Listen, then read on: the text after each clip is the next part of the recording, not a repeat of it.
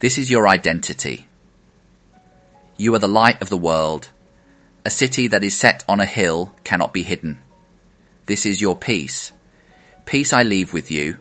My peace I give unto you. Not as the world giveth, give I unto you.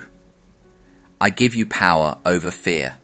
Let not your heart be troubled, neither let it be afraid. Believe in God. Believe also in me.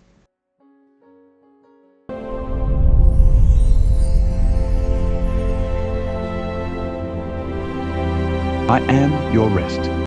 Come unto me, all ye that labor and are heavy laden, and I will give you rest. I am your provision. Consider the lilies of the field, how they grow. They toil not, neither do they spin.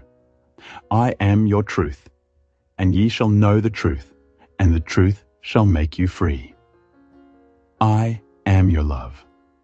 This is my commandment, that ye love one another as I have loved you. I am your focus.